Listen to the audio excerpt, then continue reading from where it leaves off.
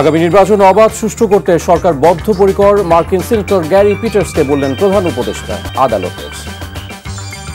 নারায়ণগঞ্জে গ্রেফতার আরসা প্রধান আতাউল্লাহ জুনুনি সহ ৬ জনকে ১০ দিন করে রিমান্ডে পাঠিয়েছে আদালত।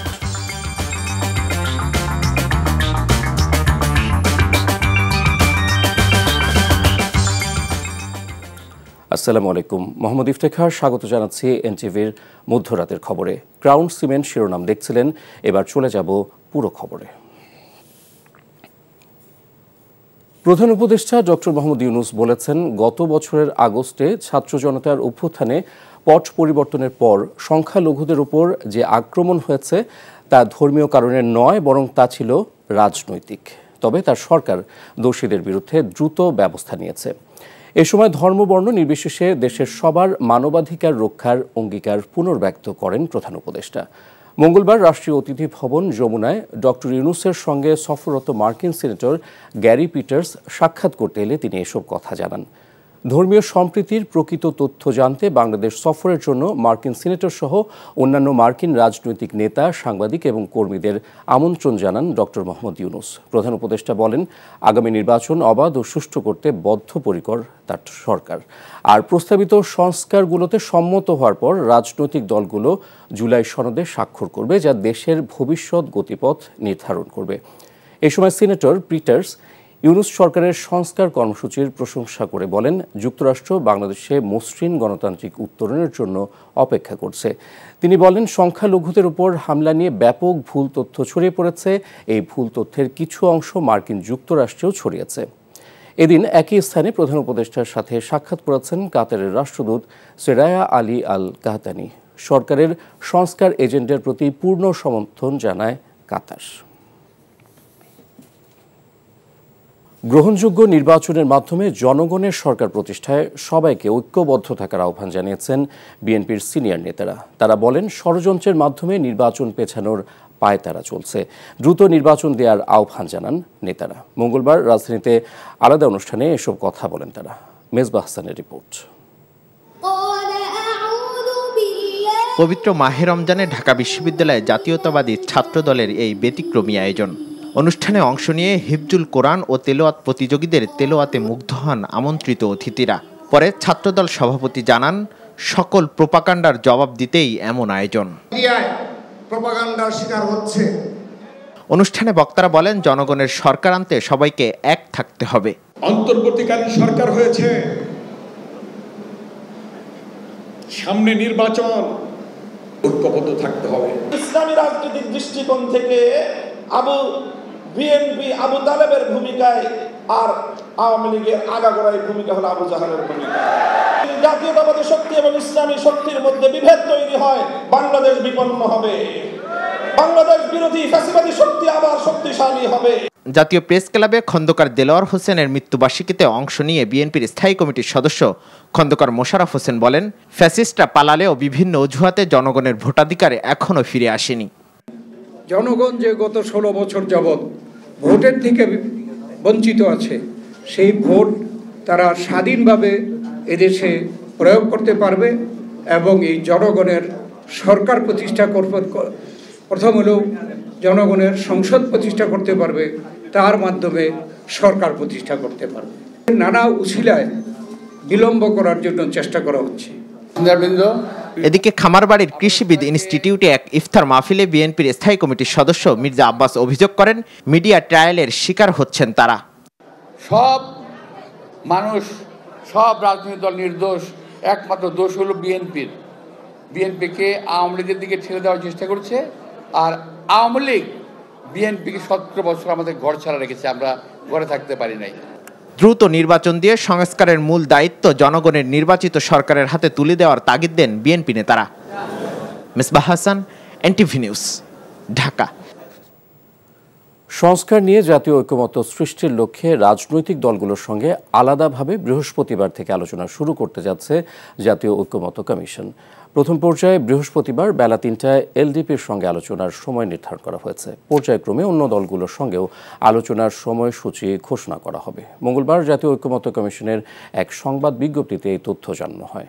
সংবিধান, নির্বাচন ব্যবস্থা, জনপ্রশাসন, দুর্নীতি দমন ও বিচার বিভাগ সংস্কার কমিশনের গুরুত্বপূর্ণ 166টি সুপারিশের বিষয়ে মতামত চেয়ে গত 6 মার্চ 37টি রাজনৈতিক দলকে চিঠি ও স্প্রেডশিট পাঠানোর প্রেক্ষিতে এ পর্যন্ত 15টি দল তাদের মতামত জানিয়েছে। বিএনপি, জামাত ইসলামী সহ 14টি দল তাদের পূর্ণাঙ্গ মতামত আগামী কয়েকদিনের মধ্যে জানাবে বলে কমিশনকে জানিয়েছে। নারায়ণগঞ্জের সিদ্ধিরগঞ্জ থেকে গ্রেফতার Arakan Rohingya salvation army Archer প্রধান আতাউল্লাহ আবু আম্মার ওরফে জুনুনি সহ 6 জনের বিরুদ্ধে 10 দিন করে রিমান্ড দিয়েছে আদালত।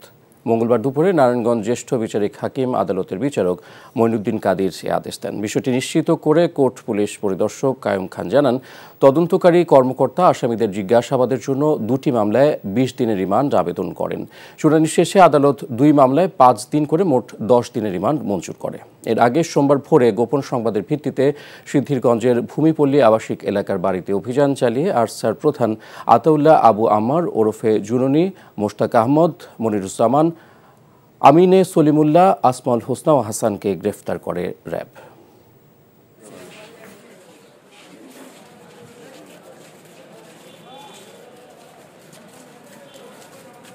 এক নম্বর আসামি আতাউল্লাহর বিরুদ্ধে হত্যা, খুন সহ অসংখ্য মামলার আসামি বাংলাদেশে ঢুকলো অন্যায়ভাবে এবং কেন, তাদের উদ্দেশ্য কি করবে তারা, এই সমস্ত যে অশুভ পরিকল্পনা এইগুলো উদ্ঘাটনের জন্য তাদের রিমান্ডে নেওয়া প্রয়োজন। সেই জন্য বিজ্ঞ আদালত তাদেরকে প্রত্যেককে 5 দিন করে রিমান্ড মঞ্জুর করেন। মানবিক সমাজ বিনির্মাণ ও আদর্শ রাষ্ট্র গঠনে শিশুদের প্রতি আরও মানবিক ও যত্নশীল হওয়ার আহ্বান জানিয়েছেন ধর্ম উপদেষ্টা ডক্টর আফম খালিদ হোসেন। সন্ধ্যায় রাজধানীর হোটেল সোনারগাঁওয়ে সুবিধাবঞ্চিত এতিম, মাদ্রাসা শিক্ষার্থী ও ক্যান্সার আক্রান্ত শিশু কিশোরদের সম্মানে আয়োজিত ইফতার মাহফিলে এ কথা বলেন তিনি। এ সময় অন্যান্যের মধ্যে উপস্থিত ছিলেন মন্ত্রিপরিষদ সচিব ডক্টর শেখ আব্দুর রশিদ, জাতীয় রাজস্ব বোর্ডের চেয়ারম্যান আব্দুর রহমান খান, বেসামরিক বিমান পরিবহন ও পর্যটন মন্ত্রণালয়ের সচিব নাসরিন জাহান, প্যান প্যাসিফিক সোনারগাঁও হোটেল, ঢাকার ভারপ্রাপ্ত জিএম আসিফ আহমেদ। পরে 250 সুবিধাবঞ্চিত শিশুদের মাঝে পুরস্কার তুলে দেওয়া হয়।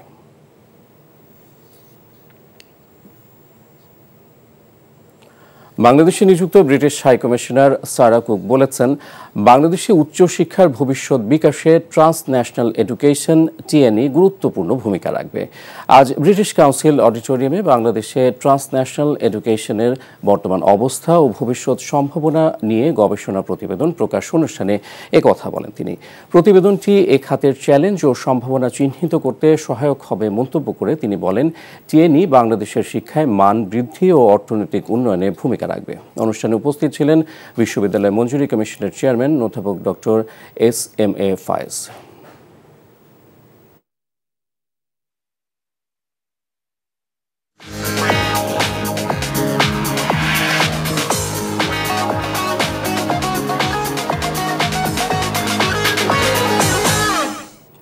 এবার মার্কেন্টাইল ব্যাংক অর্থনীতির খবর।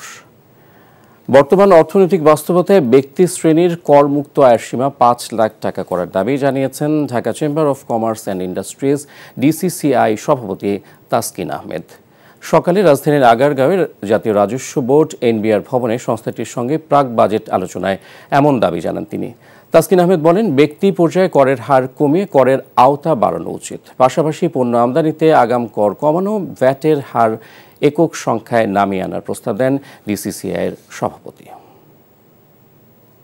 এবারে সারার লাইফস্টাইল ঈদ কেনাকাটার খবর। ঈদ সামনে রেখে চলছে কেনাকাটা। দোকানগুলোতে তোলা হয়েছে তরুণ তরুণীদের পছন্দ মাফিক নানান ডিজাইনের পাঞ্জাবি। তবে ক্রেতার আনাগোনা এখনও তুলনামূলকভাবে কম। বিক্রেতাদের প্রত্যাশা, সামনের দিনগুলোতে বাড়বে বিক্রি। রিপোর্ট কায়কুবাদ মাহমুদের। ঈদ মানে আনন্দ, আর সেই আনন্দে বাড়তি মাত্রা যোগ করে নতুন পোশাক। তরুণদের জন্য পাঞ্জাবি পাজামা থেকে শার্ট প্যান্টের কালেকশন নিয়ে প্রস্তুত বিক্রেতারা। বিশেষ আকর্ষণ হিসেবে রয়েছে পাঞ্জাবি। বিভিন্ন রঙের ডিজাইনের পাঞ্জাবি নিয়ে বিক্রেতারা রয়েছেন ক্রেতার অপেক্ষায়। তবে দাম এবার তুলনামূলক কিছুটা বেশি। কালারফুল পাঞ্জাবিগুলো এই বছর আমাদের অনেক বেশি, যার কারণ হচ্ছে কাস্টমারগুলো কালারফুল পাঞ্জাবিগুলো চাচ্ছে। তো সব ধরনের কাজেরই আছে এখানে, নেকের কাজ আছে, হাতের কাজ আছে। মোটামুটি পাঞ্জাবির সাথে কাবলিটা বেশি চলতেছে আমাদের, বাচ্চা কাবলি বা বড়দের কাবলি, বাবা ছেলে কম্বো, ওটা বেশি চলতেছে ট্রেন্ডে। স্লিম প্যাটার্নের মধ্যে একটু হাতে একটু কাজ থাকে, একটু মানে একটু যেহেতু গরম, মানে সফট কাপড় তোমরা খুঁজছে এবার বেশিরভাগ। সাধারণ মানুষ ইতিমধ্যে শুরু করে দিয়েছে ঈদের কেনাকাটা। কেউ নিজের জন্য, কেউ বা প্রিয়জনের জন্য পছন্দের পোশাকটি সংগ্রহ করছেন। তবে ক্রেতাদের আনাগোনা এখনো বেশ কম। বাইরে পাঠাবো, আমেরিকায় থাকে তো কিছু ছেলেও থাকে, ওদের জন্য কাপড় চোপড় পাঠাবো। বাড়তি এখন আমাদের তো কিনতে হবে, বাড়তি হোক আর ঈদ উপলক্ষে কিনতে হয়, তাই না? এটা দিতে হবে আর কি। আমার কেনাকাটা আগেই হয়েছে, ওয়াইফের জন্য আর কি নিতে আসছি, ওর জন্য ড্রেস নিলাম পাকিস্তানি 3 পিস। বোনের জন্য শপিং করতেছি, শপিং করতে এসেছি, দেখতেছি আসলে। বিক্রেতারা জানালেন বিক্রি নিয়ে মিশ্র প্রতিক্রিয়া। সামনের দিনগুলোয় ক্রেতার আনাগোনা বাড়বে বলে প্রত্যাশা বিক্রেতাদের। Kaikobad Mahmud, NTV news, Dhaka. আসন্ন ভারত ম্যাচ ঘিরে সৌদি আরবের তায়েফে কন্ডিশনিং ক্যাম্প শেষে দেশে ফেরার সময় সাময়িক বিড়ম্বনায় পড়েছিল বাংলাদেশ ফুটবল দল। তাদের সহায়তায় এগিয়ে আসেন জেদ্দাস্থ গ্রিন বাংলা ফুটবল ক্লাবের ম্যানেজার মোজামেল হোসেন।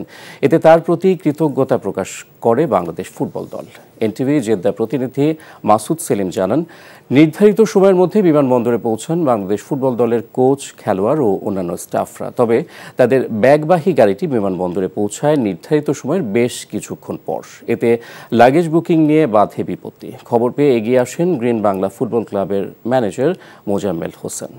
বিমানবন্দর কর্তৃপক্ষের কাছে তাদের পরিচয় তুলে ধরে লাগেজ বুকিংয়ের ব্যবস্থা করেন তিনি। বিমান ছাড়ার পূর্বে গ্রিন বাংলা স্পোর্টস ক্লাব ও মোজামেল হোসেনের আন্তরিকতার প্রশংসা ও কৃতজ্ঞতা প্রকাশ করেন বাংলাদেশ ফুটবল দলের ম্যানেজার আমের খান। সৌদি আরবে বিনিয়োগে বাংলাদেশিদের লাইসেন্স প্রাপ্তি নিশ্চিত করতে যাত্রা শুরু করল সুলতান মিডল ইস্ট ইমিগ্রেশনের ৩য় শাখা। লক্ষ্য অধিক পরিমাণে বৈদেশিক মুদ্রা অর্জনে বাংলাদেশিদের গড়ে তোলা।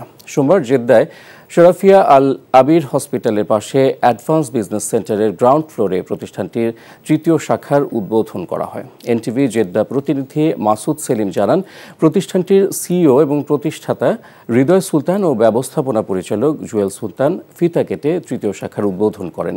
আজহার ইবনে রেজালের পরিচালনায় অনুষ্ঠানে প্রধান অতিথি ছিলেন Saudi Bangla business and investor ফোরামের সভাপতি আলহাজ আব্দুর রহমান। এই সময় আরও উপস্থিত ছিলেন ব্যবসায়ী অনি আহমেদ, রাসেল আহমেদ, সাইফুল ইসলাম, শরীফ পাটোয়ারি সহ বাংলাদেশি কমিউনিটির বিভিন্ন শ্রেণী পেশার মানুষ। কোম্পানির ব্যবস্থাপনা পরিচালক জানান, সৌদি আরব সহ যে কোনো দেশে বিনিয়োগ করতে বাংলাদেশিদের বিনিয়োগ ও কমার্শিয়াল লাইসেন্স দিচ্ছে প্রতিষ্ঠানটি। ইউরোপ, আমেরিকা, মিডল ইস্টের দেশগুলোর ভিসা প্রক্রিয়াকরণ ও আকামার নবায়ন ফিস, বিভিন্ন জরিমানা বিল প্রদান সহ বিভিন্ন কাজ করছেন তারা। বিশিষ্ট ব্যবসায়ী মরহুম আব্দুস সাত্তার স্মরণে শোকসভা ও দোয়া মাহফিল করেছে রিয়াদস্থ ফরিদপুর জেলার কোতোয়ালি থানা প্রবাসীরা। এনটিভি সৌদি আরব প্রতিনিধি ফারুক আহমেদ চান জানান, সভায় মরহুমের আত্মার মাগফিরাত কামনায় বিশেষ দোয়া ও মোনাজাত করা হয়। শোকসভায় শেখ রফিকুল ইসলাম বাবুর সভাপতিত্বে প্রধান অতিথি ছিলেন সৌদি নাগরিক আবদুল্লাহ নাসির আল রশিদি। অনুষ্ঠান পরিচালনা করেন আলিনুর ইসলাম রনি।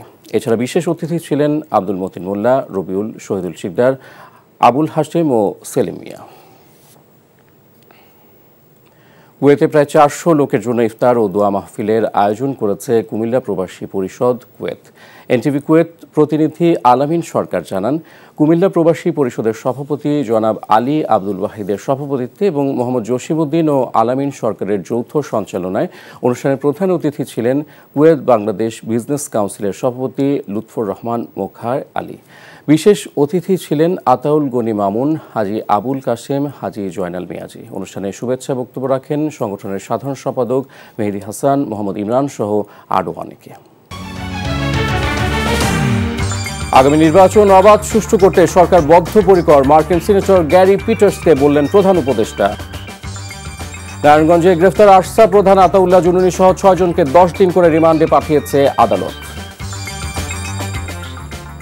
আর এই ছিল মধ্যরাতের খবর। এই খবরের ভিডিও সহ আপডেট জানতে ভিজিট করুন এনটিভি অনলাইন www.ntvbd.com।